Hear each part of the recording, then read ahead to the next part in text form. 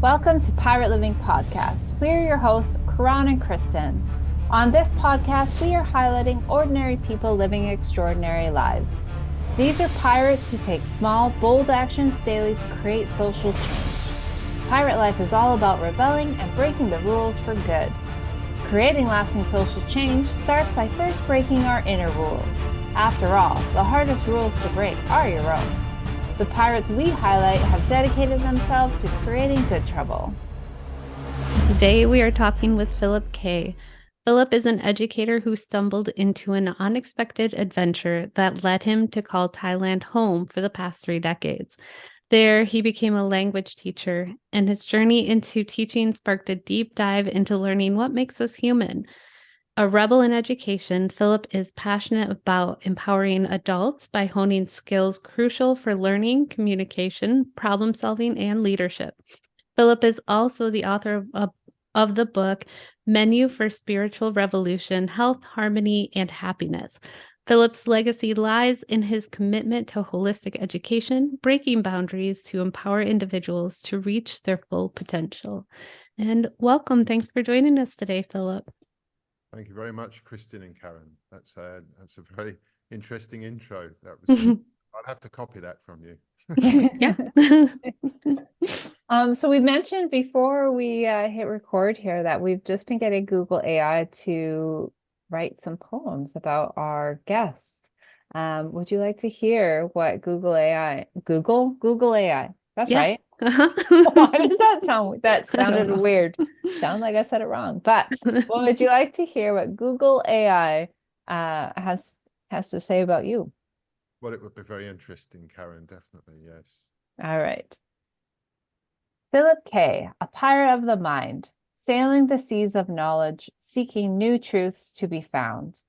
He is a rebel, challenging the status quo, breaking down barriers to learning. He is a teacher, passionate about empowering others, helping them reach their full potential. He is a writer, sharing his wisdom and insights, inspiring others to live their best lives. Phillip Keay is a force for good in the world, making a difference in the lives of those he meets. He is a true pirate, rewriting the rulebook, creating a better world for all. Oh, very good. You'll have to congratulate Google. Right? One thing, the only thing that's missing is, and I might do something about it now that I'm with you both, I need to get some pirate costumes and be the pirates. Right? It's not just for Halloween anymore. No. For life. There's a bit of a pirate kind of thing on the islands in Thailand here. Oh, really? You often come across a pirate bar or a pirate cove, and it's usually sort of at the end of a trail, and it's, there's an adventure to get there. So there's a little bit of a piracy down there, I guess, because it's islands, I suppose. Karan, the Chinese pirates, did they go to Thailand when they were pirating? I remember when I was researching, I think it was now what's now called Vietnam had hired the Chinese pirates for as mercenaries. But I don't remember hearing anything about Thailand. Yeah. Because my research was like many, many books ago in my brain. So trying to remember. Well, Vietnam has a very long coastline. Yeah, it was they were hired during, I guess, like a civil war in Thailand or for the rebel uprising, or I cannot quite remember because my memory is not that great. Yeah. But yeah, so we are really happy to have you here to chat with today, Phillip. And yeah, we would love for you to tell us your tale and take us on your pirate journey and how you got to where you are today. Okay. Let me therefore, I think I should start with my mother and father, really, which is probably a good place to start. My mum was born and brought up in Kenya in East Africa, and she didn't leave Africa until she was an adult. And she only came to England once she married my father. And my father was in the RAF, and therefore he was in aeroplanes, and when he left the RAF, he joined an airline. So he was in the travel business, if you like, before aeroplanes were cheap. And so ever since I was young, when I was about 6 weeks old, I was on an aeroplane, and we were going over to Kenya for a family holiday, because we still had family in Kenya. So I think travel has automatically been in my blood. And when I was a boy, and this was before aeroplane travel was affordable, we used to go on these holidays, and that's when we went to America and Canada and Kenya many times, and then we went to Bahrain. We had family there in the Middle East. So travel was sort of second nature to me, very luckily. And my father used to get 10% ticket prices, which made it affordable to us. So travel was in my blood, and then I became an adult, and then I can't remember the exact thinking, but I moved from the south of England to the north of England because I could afford a house in the north, but not in the south. And I think my thinking was that after a while, I would then sell the house, because you were guaranteed, so they say, a profit, and then go traveling. And that's in the end, that's what I did do in 1991. And my plan was to go traveling for a year. And by the time I left England, I thought I'd be lucky to last 6 months with the spending money. But what I had was a piece of paper, and on this piece of paper was a list of 6 different English schools. So clearly I had some intention to try and become a teacher, and extend my stay, but this was probably a pipe dream.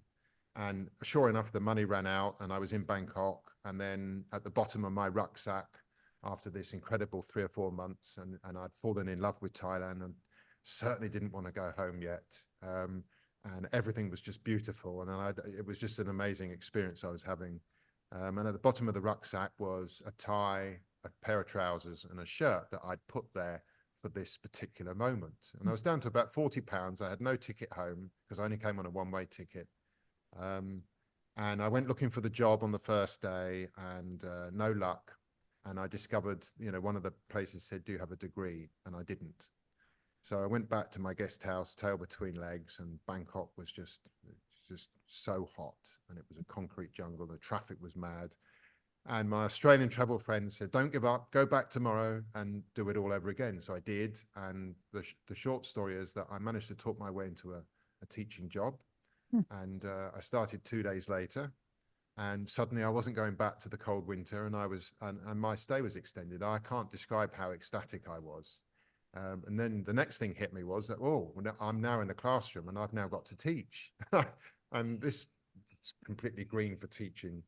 But very quickly, almost immediately, I discovered what great fun it was. And I wasn't teaching children, I was teaching Thai adults. So they were university students or working adults.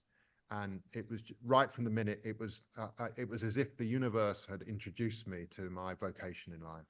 So that was my start. And then, so I hadn't actually emigrated. I just simply went traveling, but it transpired that I had accidentally emigrated, because a new life had now opened up. And that was the beginning. But one thing just to quickly mention there, very strange.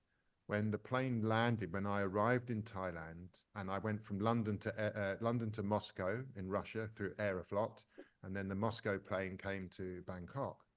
And so this is 4:30 p.m. Saturday, 7th of September 1991, and I can remember everything so clearly. And I don't, when the planes land on the tarmac, and there's that sort of squirt of rubber hitting the concrete or the tarmac. At that very moment, and it's as clear as a bell, a thought crossed my mind, and it said that I had arrived home. And it's a very strange thought. And anyway, I pushed that aside very quickly, because the excitement was just so high. But that was the thought, and it turned out that it was actually correct. I had arrived home, even though I'd been nowhere near Thailand. So that was the beginning of my piracy, if you like. I'm curious, because I've had a similar experience, and it's not where I currently live or have ever lived, but in traveling. And I'm wondering, what did that feeling of home feel like for you? at that moment or in the early days, Karan? I'm gonna say, or both. Yeah, both. Well, well, interesting. That's a good question, actually, because when I got out, I was in the heat, and I Mhm. really don't like the cold. At that time, I was always struggled with winters in England, so the heat was one thing. There was, and when I got my first experience of Bangkok, we got in a rickety old yellow taxi before the taxi meters, and about 40 minutes later, we were downtown. And I got out in Khao San Road, which is the travelers' headquarters of Thailand and Southeast Asia. And it was just a buzz and a riot of colors and sounds and action and people and everything was there, and it was just tremendous excitement. And I think you know, there were palm trees, and this was always, you don't get palm trees in England. So it was tropical, and having been to Kenya 6 times as a boy, it was just tremendously exciting. And I think maybe the roots to the answer to your question is that I like new stuff. I like new places, and I like discovering. And I think I was born a learner. And when you travel, everything's new, so you're in the learning mode of life. So I think that, well, everything in Thailand suited me, really. Not everything, but I had not a complaint. I had hardly a complaint for my life in 10 years in Bangkok. And so I just think that another thought that comes to mind actually is that I wasn't in my own society anymore. And therefore there were no expectations of me. And furthermore, everybody spoke Thai and they didn't know what I was talking about. So long as I was a well-behaved person and didn't cause any ructions, I could pretty much do and say whatever I wanted to. And this appealed to me. And maybe this is the piracy bit, because freedom is a huge thing for me. The beauty of being a human being is being free to enjoy and put joy into your life. So yeah, I just think that the country suited me, and the people were really beautiful and friendly and kind and welcoming and fun loving and all those sorts of things. And quite possibly this was because my mum didn't grow up in England, and obviously I grew up in England, but my mum didn't. So I had that sort of blood in me, her African blood. So yeah, I suppose it's a mixture of things. And I like what you said about there's no expectations on you because you're in a completely new place. You can be who you want and nobody's going to be there to be like, that's not who you are. So yeah, I like that. That was exactly it, actually, Kristen. Yes. And of course it was a different language, so nobody really knew what I was talking about either, including in the classrooms at the beginning.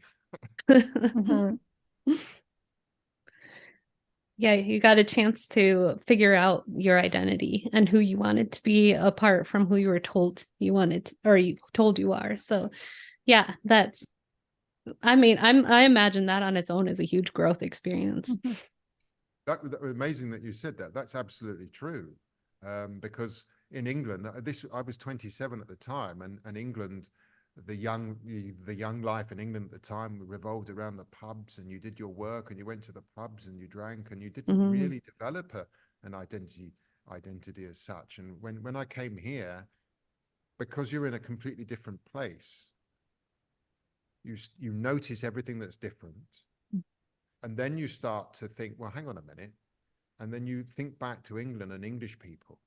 And so I was now looking at my own country and my own sort of brothers and sisters in a different light, because I was observing them from the outside. And I was saying, well, this is the way they do it in Thailand. Well, how do we do it in England? Because previously you just did it. You didn't really reflect or think about it. And now I was suddenly in this sort of reflection mode as part of a big, a central part of my life.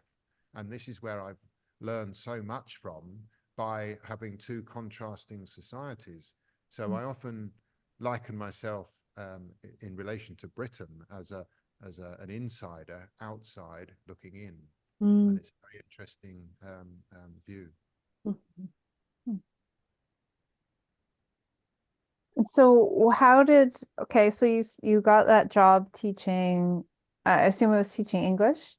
Yes. Yeah. And so how did that evolve? Because you've been there for a long time now. So how did, yeah, the journey kind of continue from there? So I started teaching, I think, a couple of days before Christmas Day, and being a Buddhist nation, there was no Christmas anyway, and I was far too excited to worry about missing a Christmas. And I loved the job, and the head teacher at my branch, I arrived there for duty, and he showed me around the rope. He showed the ropes, showed me the ropes, showed me around, and then he said, "Philip, the Thai students just want two things, and if you produce the two things, you'll be very popular." And he said they want to practice speaking English and they want fun. And that was my training. And I took that on board, and I learned as quickly as I could while I was on the job. And I wanted to constantly give them fun and make them enjoy coming to the classes. So I learned everything I could, and I learned rapidly.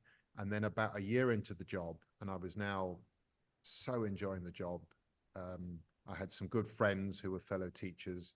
And then it was about a year later, or just over a year, the head teacher, and he was from Canada actually, he was moving on, and he said, "Philip, we want you to be the head teacher." And I said, "Oh, no, no, no, I'm having too much fun. I don't want responsibilities."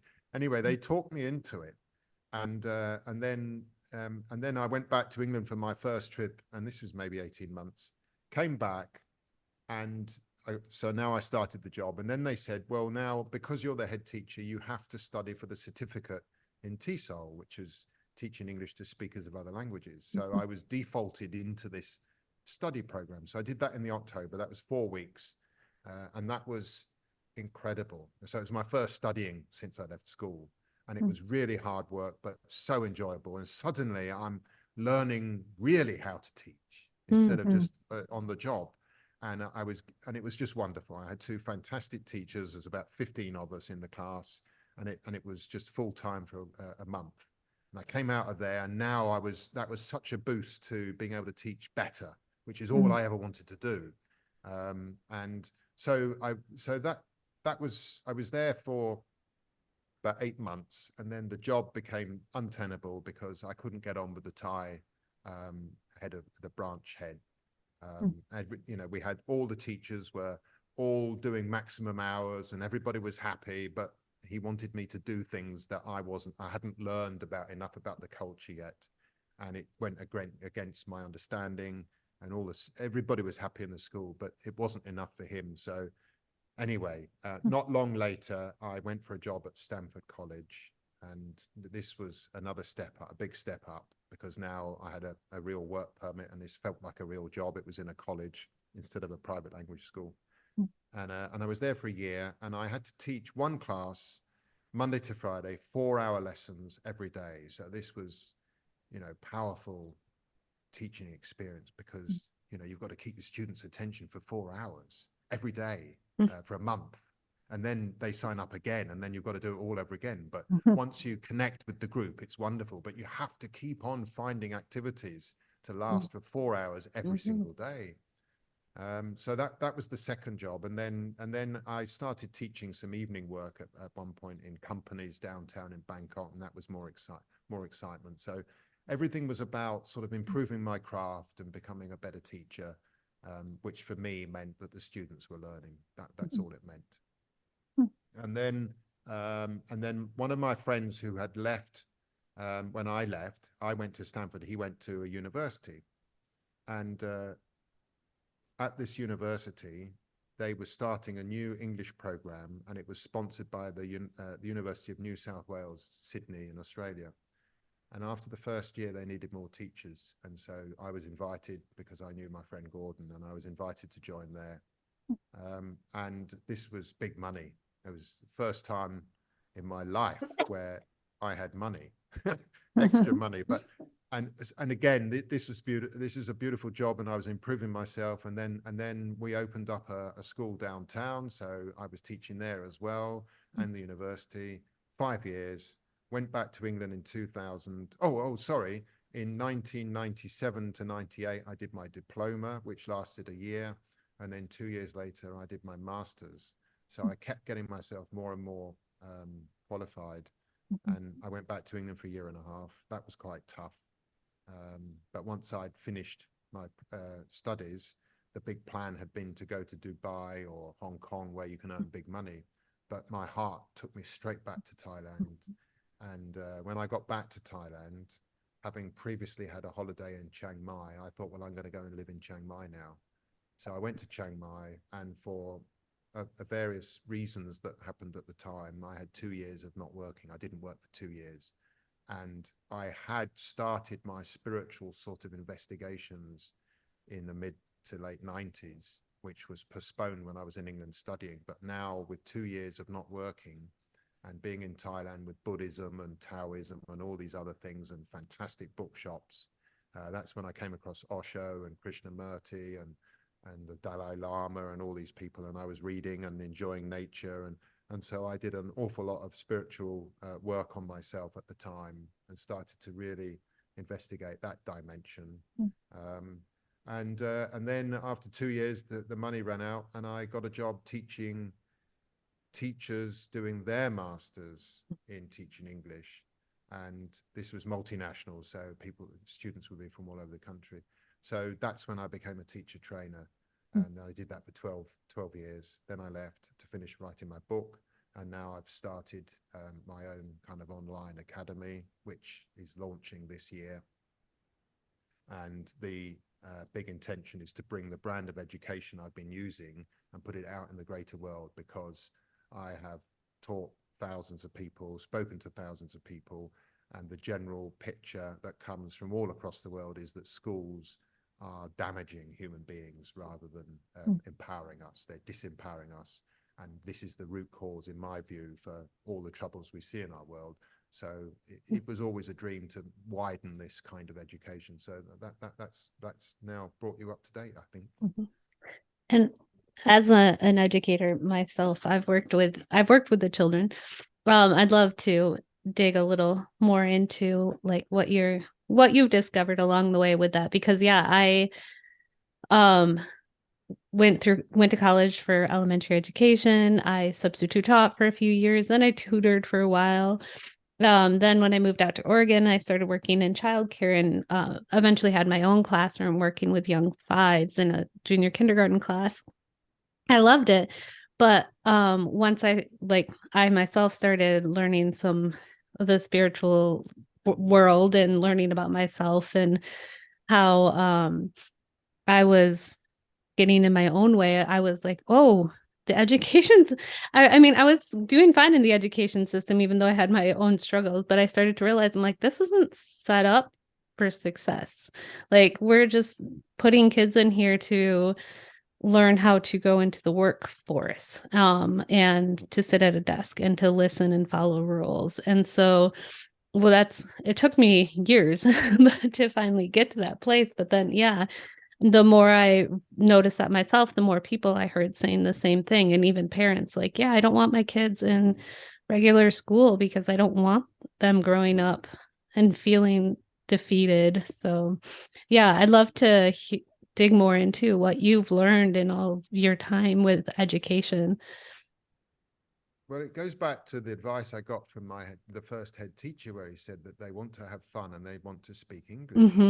And because I was a language teacher, the purpose for them coming to the classroom wasn't to learn knowledge, it was to learn skills, which is completely different to the school system. And this is the beginning of the big difference. So I had to get them to speak. And if I was to get them to speak, I had to motivate them to speak, because you can't just speak, especially in a foreign language. And most of them were beginners and elementary. So it's a tough call. You're adults, and you're exposed to making mistakes almost every time you open your mouth. So the first thing that I learned was that I had to create an atmosphere, an emotionally supportive atmosphere in the classroom and environment, and that was the key. And the next big thing I learned was that human beings actually just want to feel good. And so I had to mix these desires and feelings and keep them into my classroom. So because I was teaching, well, I wasn't even really teaching, because I was facilitating them to speak and in a foreign language. The whole emphasis was, how can I motivate my students to enjoy the learning? and to not worry about making mistakes and so on. So that was my grounding. And it's absolutely the case that if you feel emotionally supported, emotionally comfortable in the heart, then the brain is not blocked. But on the other hand, if you're worried, if you're stressed, if you're bullied, if you're bored, if you're any of those things, the brain just can't function properly because it's being blocked by a blocked heart. So people don't think of learning as a heart-based thing, but it's heart-based learning. Real learning is heart-based because that's the fundamental. We must feel at least not in fear. And there's so much of fear around the world. And adults, when we become adults, we've had this 12 years and it's something like 14,000 hours of classroom time. I've tried to calculate it. And there's very few skills. We weren't taught how to listen. We weren't taught how to speak, read or write. We weren't taught how to think. We weren't taught anything about our mind, anything about our body. All the essential knowledge and skills that we need to function optimally in adulthood were not only not taught, but they're actually blocked from us. And fun is, always, parents of kids think, well, fun's good and games is good, but, we need to do the real learning. And it's no, the real learning is when we're having fun, and it is when we're enjoying ourselves. And when you ask children, do you like school? No. What do you want? And always they want fun. And so do adults. Adults want the fun as well, but we had it taken out of us. So we're subconsciously have this relationship with learning that continues on, and it's not a good relationship. So many adults won't go back to learn, and they're thinking, well, that's for children. So the big thing for me, for any kind of education, is that the teacher has to create, first and foremost, has to create an environment that enables learning to take place. And then the teacher, and this is another big thing that doesn't happen, the teacher has to share the responsibility and has to persuade and motivate the students to take responsibility for their own learning and to play their own roles in class. I think the last thing for me to say as a general background there, Christian, is that all my teaching is very much pair-based and small group-based. So I set things up and I create tasks. My main work as a teacher is to write the tasks and learning activities before the classroom. And I used to not use a lot of the course book because it was pretty boring and dry. And I would find activities and dream up new activities on Thailand's islands and get them enjoying speaking and having a good reason to speak. And so a lot of the learning inside the classroom was me listening and being available to my students if they needed help. And then in this way, I can see where they're struggling because they're busy working with each other. And then at the end, I can help them with their real struggles, not what I assume they don't know. So, and this is all called task-based learning. And I was trained that way, obviously, with my certificate and diploma. So I feel that if you put I'll say that if you put task-based learning, if you flicked a switch, and every single teacher was trained in task-based learning, and overnight task-based learning was put into the classrooms in schools all over the world, within one generation, everything would be changed. And I have a little quote that says that today's society is yesterday's classroom. And today's classroom is tomorrow's society. So if we don't like today's world, we've got to get into today's classroom and fix it there. But how are the educators going to fix it if they didn't learn how to learn themselves? Because teaching is not about teaching, it's about making learning happen. And that makes me that is a profound quote, and it just makes me think of especially the public schools here in the US and where they are, and to look at the state of how kids are going through school currently because teachers are burned out and the kids are barely learning. Like they keep, so much is going on there anyway, because like you said, play is the key. Like there's a quote that says it takes I don't know the quote off the hand, but like it's a large number of times that if you're just learning it from a book or something, it takes a lot of like repeat. You have to see it again and again. But in play, like it drastically cuts down how many times you need exposure to a new skill before it sticks. But like in schools, they're just sitting there learning what they're told to learn. And how now too, I hear there's more and more behavior issues as a whole in the schools. And to look at that with the quote that you said about society, yeah, it's a little scary to look at schools and think about it in that term and be like, well, is this what we want society to look like later on? And we got to really look at like what we're doing here with these kids, how we're like how they're learning, what their experience of the world is, in order to help them be high functioning adults by the time I mean, education in general. I could go down a long, a long route with that, where it's like, I think it needs to be more of a learning based apprenticeship type thing too, where you get to learn what you want to learn. But at the same time, like, let's teach them how to be humans in the world and treat them like humans. Yeah. Totally. And you know, so if I'm looking at what's wrong in the system, it's the system that if I'm going to blame, I'm only going to blame the system. Nobody's to blame: the teachers, the parents, the children, nobody. It's the system that we've all been brought into. And the system, I call the system anti-fun, anti-human, anti-love. And it blocks our human essence. And you're absolutely right. You know, when the kids they're young, they've so much energy to burn, so it's even worse for them. And they're stuck in their rows and columns, and they can't talk to each other, and they can't collaborate with each other. So with 14,000 hours of classroom time, just imagine what you could do as a teacher if you've got how you can influence human beings to be really, you know, kind and compassionate and skillful and knowledgeable and all this sort of thing. And there are schools out there that do this, but so they're stuck in the classroom, and everybody and the teacher has to teach all this stuff because the test is at the end, and the children have to learn it. And you're right, with play and fun, it's experiential learning, and that we're doing it. And because we're doing it, it's much easier to learn, and so on. I mean, with me, you know, a lot of it is we have to learn that, you know, the students have to learn the language and so on. But then we have role plays, and we set up, so we effectively bring the outside world into the classroom. And so I get them, you know, discussions and role plays, and they, you know, they work, you know, somebody's the waiter and somebody's the customer, and all these kinds of things go on in the classroom. And then one time, you know, I set up a robbery, and we had a real live robbery go on in the classroom, and they had to fill out a policeman's report. So this was talking about, you know, what people look like. So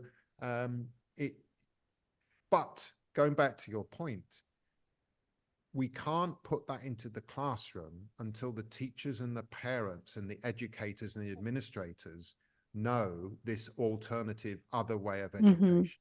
And that's the key. So what my whole mission is to bring my task-based learning to parents and home educators and teachers.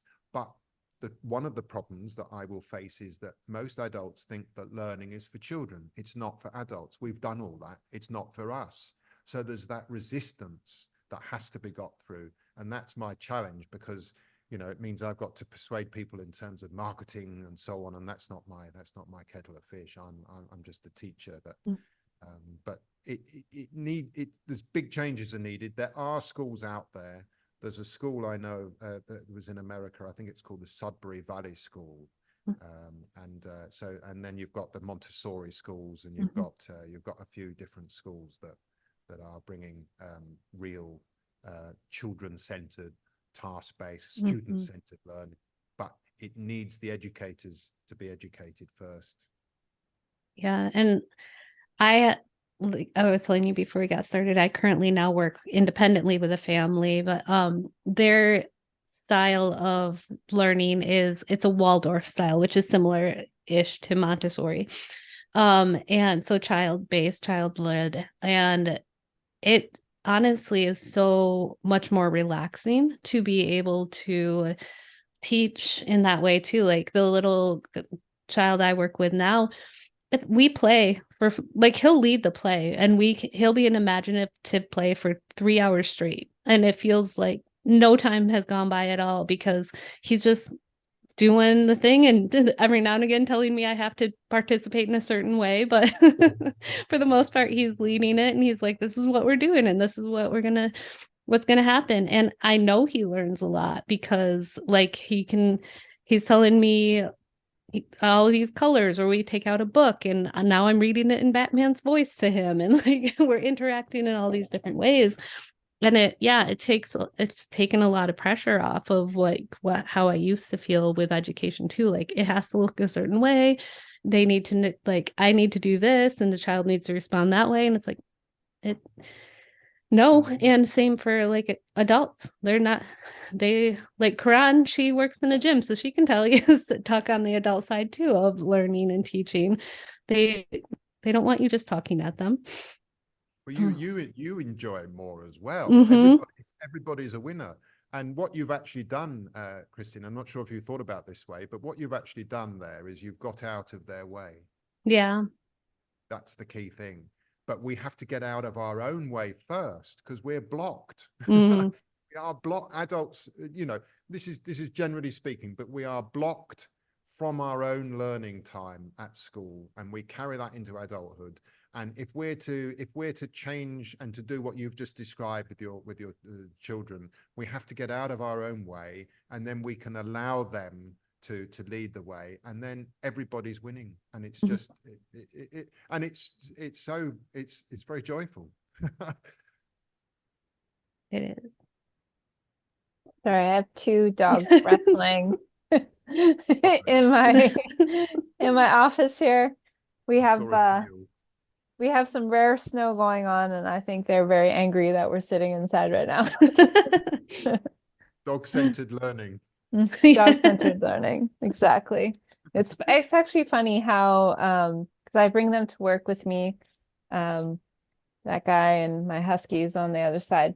But it's actually quite amazing how calming they make people that I work with. So I work with a lot of women, and this kind of goes to that learning. I work with a lot of women, especially middle-aged women who have never done any sort of fitness before and maybe have been intimidated in the past. So first I've got my therapy dog who will just steal your soul when you look into his eyes. But I've also done some teen programs, and the first day I didn't bring the dogs. This is totally an aside. I didn't bring the dogs, and I had all these, I can't remember, like 18 teenagers who were nervous and weren't talking to each other. And the next day I decided to bring him, and the difference when I could see when they were getting like maybe anxious, and then they would just wander over and give him a cuddle and then go back. And then, by that day they were talking and laughing and enjoying themselves. And I think it's because of my giant therapy floof that I brought with me. So Karan, so the dog did that, but what do you think changed in the teenagers' minds? What was it that changed them from the day before to that? I mean, obviously the dog came along, it's a lovely looking dog, but what do you think made them change like that?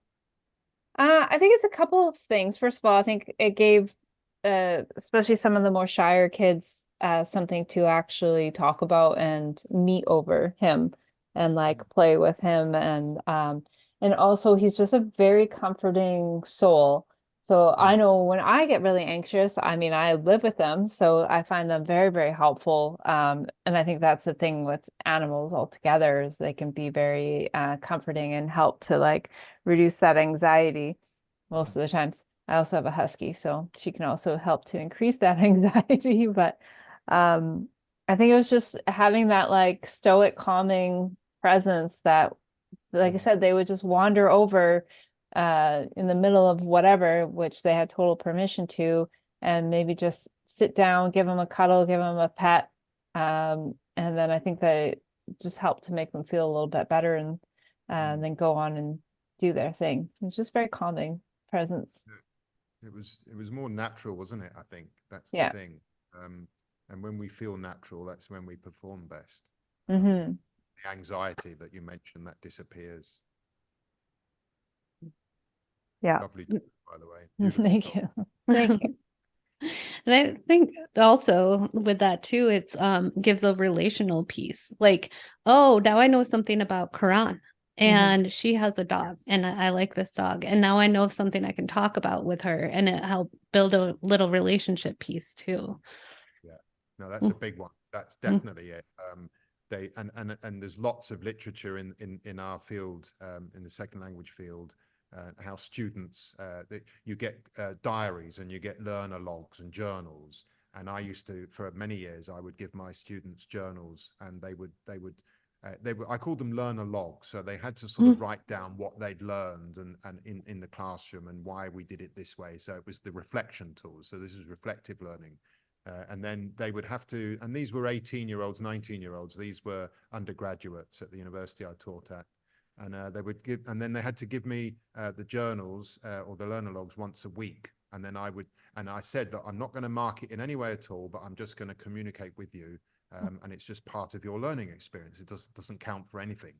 And most of them were always amazed that I would write back to them, but that was a really important feature. But this was an incredible opportunity and tool for me as a teacher to see what they're thinking and to get inside their minds and to be able to tune my teaching to them. But one of the things they always said was that they want the teacher to be a real human being instead of just the teacher. And the other day I did a workshop for about 8 young Americans. They were over here with one of my ex-students from Louisiana. And one of them, actually, we were doing a milling activity, walking around with quotes and so on. And then I always include myself. And one of them actually said towards the end, this was near the end, they said, "Oh, thank you for remembering our names, by the way." And this was just a small little thing, but it's so big. And I said, well, look, I used to get classes of 25, 30 students, and I would try and make sure that I knew everybody's name within 2 lessons. And so we want the classroom to be a human place. And so the dog comes in, and that's a human place, ironically, because it's an animal with us. But it's such a big thing that once we feel human, or rather the typical education system makes us feel not human, and that's where it all goes wrong. So the teachers are stressed, the children are stressed, the administrator, everybody's stressed, and nobody's winning. It's kind of, why are we doing it this way? Why don't we change it? We need more dogs. I mean, Now, I've that'd be been a saying great. that for a long time. Have dogs in school. I think we'd Absolutely. learn a lot more. That was a big thing. I used to always bring the bring the world into the classroom, because at the end of the day, I saw my role as preparing the students for the outside world. So the best way to do that was to bring the outside world into the classroom, or of course, get out into the world if you could. It wasn't really suitable with us, but it can be in some school situations. That just reminded me too. There's this coffee shop that my husband and I love going to, and she has pictures of the neighborhood dogs because there's an apartment complex and actually a few in the area, but with like a dog park behind it. And these people will come in with their dogs. And so there's little Polaroids that she has up on a board of the dogs of the coffee shop. And then she recently got her own dog.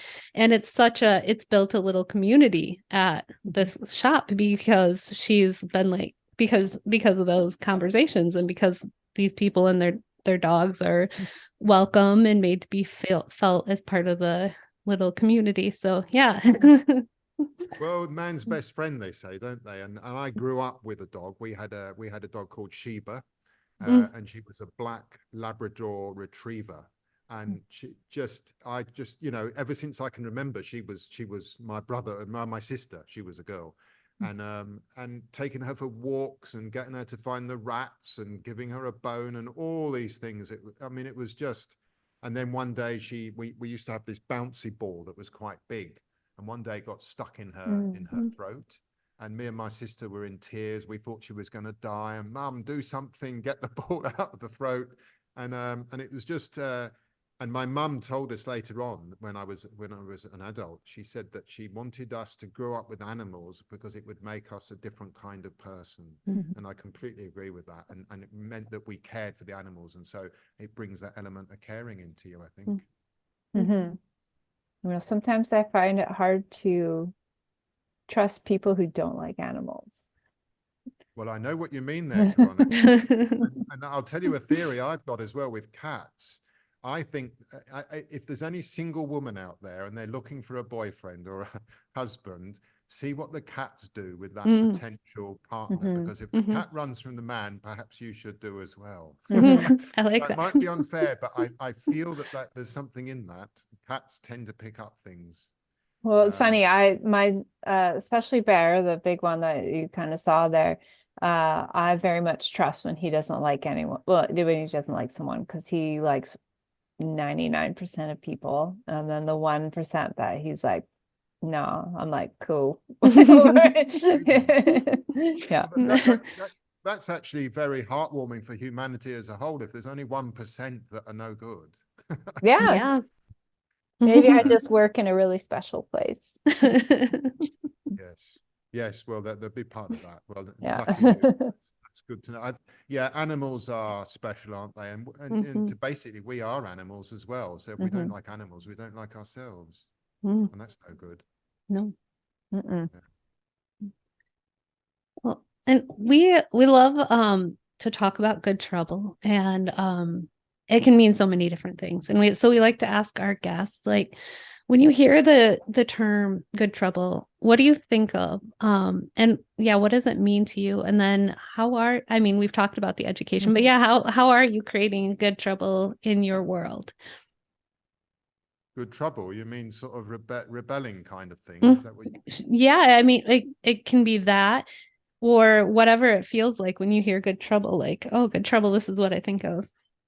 Good trouble makes me think of being alive, of Mm, being conscious, mm, of doing things because you feel not minded, because you feel that spontaneously you want to do it, and you're not holding yourself back. You're not censoring your speech because of how it might be perceived by others and what society might judge you to be. I love that. I've never heard that term, good trouble. It also makes me think of my nephew, one of my nephews who was a very naughty boy, and my mum was a naughty girl when she was a girl at school. She used to put grease on the handle of the door so the teacher couldn't get in. And of course, this was of great mirth to all her classmates. But good trouble, yes, wonderful. I love that phrase, good trouble. It Good trouble means to me being yourself without causing harm to other people, but it might be troubling to a stiff thinking society or something. Good trouble. Into what do I do that's good trouble? I don't know. I've always spoken out against what I see as being in injustice and inequity and unfairness. I don't like it, and it's driven me my whole life. And I suppose that if I cause trouble, then it's good trouble in that it's to, hey, that's unfair, hey, that's no good, and so on. But have you got any examples of good trouble that you do yourselves, or that you've heard other guests talk about to give me a better idea? Let's see. Ron, do you have any on the top of your head now? I'm trying to think. I love the title. I love the book. Well, I think it's anything that just disrupts the status quo in a way that's going to make the world better, right? Yeah. So, we talk about in the intro that, just because something's a rule doesn't make it right. So just breaking the rules, for the greater good, really, and not just following along because that's what we're supposed to do. So any of those little rebellions that we can do, and I mean my own personal rebellion, whether that's, it's not to me, maybe doesn't feel like a big thing. Sorry about the dogs. But just talking about openly and working with women's health, a lot of women's health issues. I mean, it's definitely changed in the last few years, but you know, people didn't really talk about women's health. You know, we just assumed that men's health is the pinnacle, and then women were just often treated as outliers because we have hormones versus like, no, that's the whole other half of the population. Um, so just things like that where it's like maybe it's taboo to like get on Instagram and talk about, you know, your menstrual cycle and your hormones and all of these things. Um, but breaking that because it is for the greater good, because we have, like I said, 50% of the population that is dealing with these things and needs help. And, you know, born out of my own struggles where I couldn't find a resource, I wanted to become a resource. So that to me is like creating good trouble, breaking these little taboos, so that we can, you know, make things better for the people that are kind of dealing with whatever those taboos are blocking or obstructing. So then that makes me think that that's a definite feature of a good leader, is Mm-hmm. to commit good trouble, Mm-hmm. and to show people the way. Mm-hmm. Because a lot of people would like to commit good trouble, but fear the consequences. Mm-hmm. And Mm-hmm. this is the rule-bound society we're on. By the way, in my classrooms, I used to on the second class, I would say we had 3 rules in this classroom, and one of them was to do the homework, because that was a great way of expanding the learning opportunities. It wasn't boring homework. It wasn't the homework the dog would eat. It was good homework. And the other one was to be on time. And that was a big thing in Thailand, because you've got Thai time here where it's not quite as rigid. But the third rule was that you sit in a different seat, and everybody was always in a U shape. And you sat in a different seat, so there was no cliques were going to form and so on. That was it, the rules. And then quite often we would have a discussion about rules, that, you know, this was one of the actual lessons, the themes of the lessons. And in my classroom used to be a sign with saying no food and drink in this classroom, and we all had drinks. So I said, look at this rule. There we are. I'm the teacher, I'm breaking the rule, you're breaking the rule. So what can we say about rules? And what I said about rules for me in my classroom was, the rules are not there to control anybody. They're not there to discipline anybody. They're there to promote and enhance the learning experience. And if one of us strays, we know that the rule is there to bring us back for the benefit of everybody, because we're all here to learn and get on in life. So yeah, good trouble is definitely not just breaking rules, but saying, well, we don't need half of them. I don't know if you've ever thought about it, but I know from a news report I read once, when Tony Blair was the Prime Minister of Britain, in his 10 years, his government created over 10,000 new rules and laws and statutes and edicts and so on. So there must be hundreds of thousands of rules and laws and everything that govern humankind. And yet, if you look at nature, there's only one rule, and that's karma. That's the law of cause and effect. So nature has one law, really, and humankind have managed to develop hundreds of thousands of rules for ourselves. And this is another thing. So good trouble is needed to rectify that. And like, even within the learning process, learning the rules so that you can figure out which ones you need or don't need, which ones you can bend and which ones you can break. Like, I was learning how to crochet earlier this year, and I would tell myself, well, as I was learning, I'm like, I got to learn the rules so that eventually I know which ones I can break. Like, for now, I'm learning the rules, but I know that some of these I can break once I know what the rules are. And then I can do things in my own way. But yeah, it's even part of building a basis for education or learning is you need to know what those rules are so that you can know which ones work for you and which ones don't, because not everyone is going to work for each person individually. Yeah, very good point. And I've investigated freedom quite a lot, and there is no freedom without boundaries. And boundaries are in effect rules, aren't they? So you're absolutely right. That's a good way of looking at it, that we need to know the rules that exist in order to know which ones we think are useless and we should break and get rid of and so on. And I feel that, and my mum was a rule breaker, and she was probably an expert at doing good trouble. I'm going to think about this a lot more now, but I did used to have this attitude when I lived in England that if the rule didn't serve any purpose, then I would ignore it. And my mum used to say the law is an ass. She used to say that all the time. She came from Africa, you see, where there was a lot more freedom. I think, much more connected to the land and nature and so on. So it's a big thing, isn't it? Rules and boundaries. It's a big, big topic for discussion. Mm-hmm. Mm. Yeah. Well, and as we're wrapping up the conversation, is there anything more you want to tell us about your academy that you have coming out? Oh yeah, well, I've spent about 3 years trying to build it. So it's been stressful and so on, and getting it out there. Yeah, what I'm doing is I'm creating. I'm calling it the Infinity Learning Academy, and I I want to start with home educating parents because they're taking their children out of school and they've got many anxieties and worries. Can they do it? Have they got time? Is it going to be stressful? They're already busy people. And so I'd like to start with them. But what I want to do is I don't want to teach because I've never really taught anybody by telling them what to do. I've taught them by learning for themselves. So the heart of my academy will be that adults will come and learn with me, either in person or online through Zoom. And I'm not going to tell parents how to teach children, and I'm not going to tell teachers how to teach children. What I want to do is to develop. So let's just say you two are the students. What I want to do is I want to develop your listening skills, your learning skills, your reading skills, your research skills, your reflection skills, your self-awareness, your observation, all these crucial skills that we use as a human being.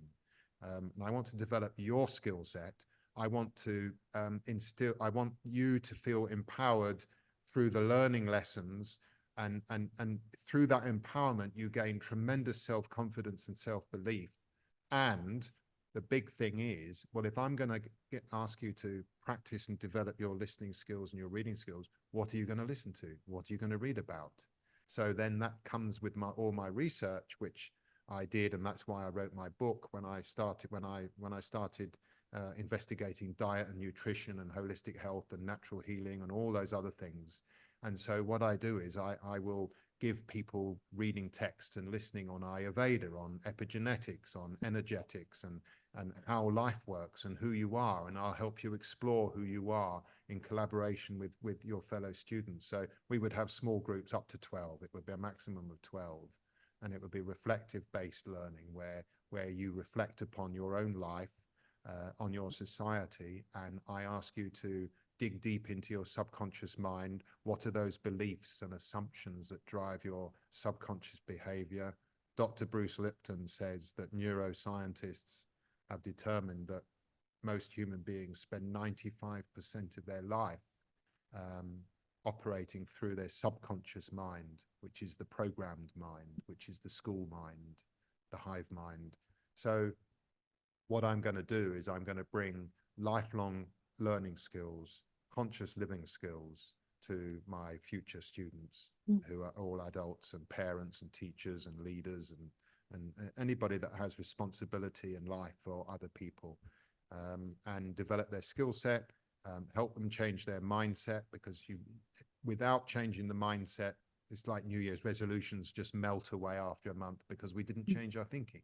So we have to change our thinking, and we're not going to change our thinking unless we're in a comfortable, supportive environment that allows us to explore without any fear of consequences. So that's, in a nutshell, that's what I'm setting up.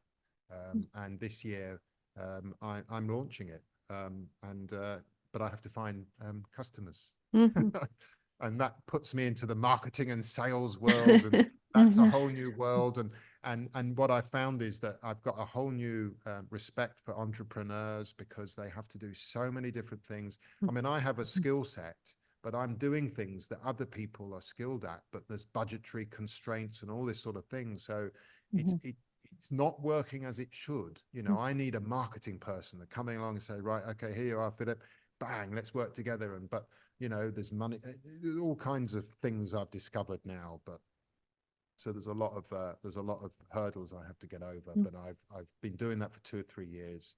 And now what I've done is I've set up something called briefly to start on January the 1st. And in fact, the first letter went out this Monday, just gone.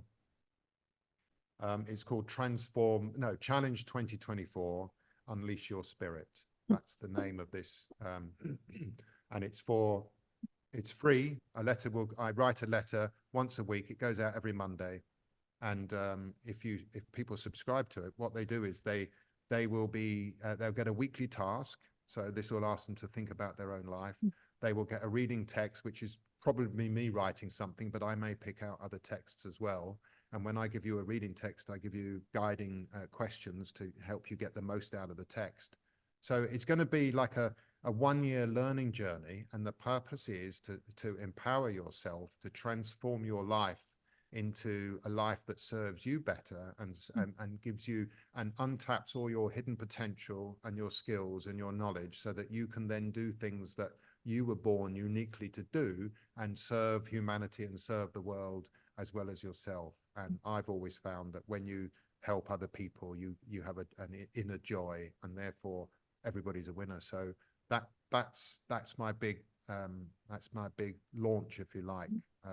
And so if any listeners are interested, they can certainly subscribe, and they'll get the letters every Monday, and then see where it goes, because this is the antidote to a New Year's resolution, because you will have to change your mindset. Well, you won't have to, but you will want to when you're invited to, and you see how we get in our own way. That's the big thing. Once we see that we get in our own way, and once we learn how to uncover that, everything is changed. It's like everything opens up. I'm sure you both know that.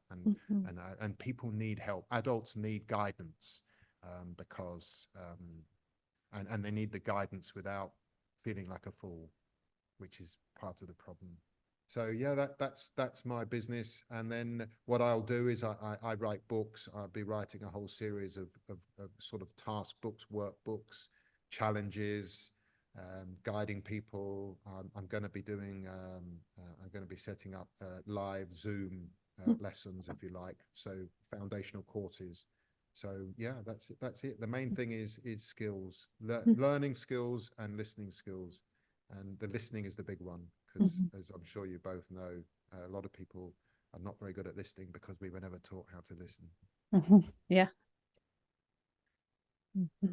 And so where can our listeners go and find out more about you and your academy when it comes online? Well, my website is called A Spiritual Revolution, and it's the .com.org. So the key is it's Spiritual Revolution with the letter A in front. So it's A Spiritual Revolution. And that would take them to the homepage, and they can sign up. They can read about A Spiritual Revolution. A Spiritual Revolution for me is the term that I've coined, and this is a journey of self-inquiry and inner exploration. So it's going inside our mind, inside our heart.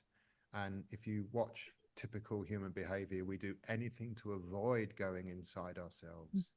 And by doing that, we finally connect with who we really are. We discover who we really are. We're not just that identity that society thinks we are. And so a spiritual revolution is the journey to connect you with you. And once you know who you are, now you're back to the more sedate evolutionary thing, because we're not supposed to stay the same. Life is change, and we're supposed to evolve with life. But because we weren't taught the skills, because we were denied these crucial human skills, we don't evolve properly, and we resist change.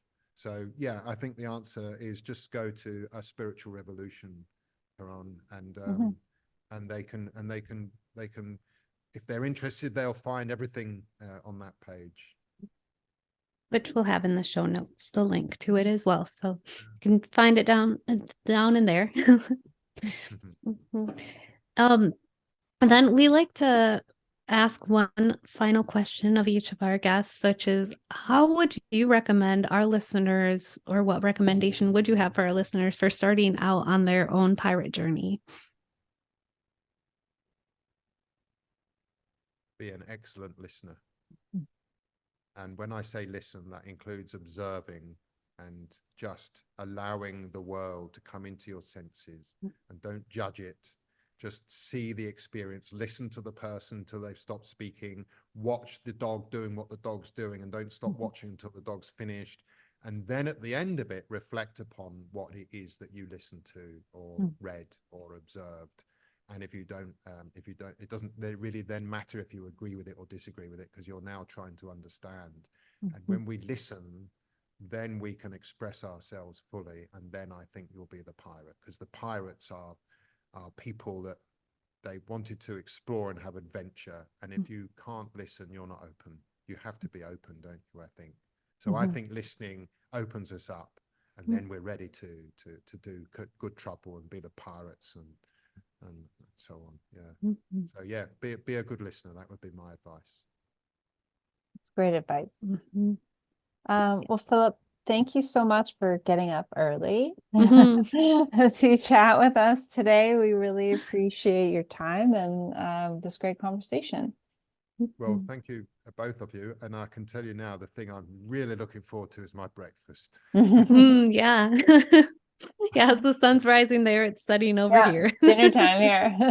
Yeah, it's now light, it's beautiful, and the sun is literally coming up now as a big orange globe over there. So yeah, and thank you very much for inviting me on. I've really enjoyed talking to you both. Fantastic podcast that you're doing. I love the theme, and I'm now going to go away and teach good trouble to people. Please do.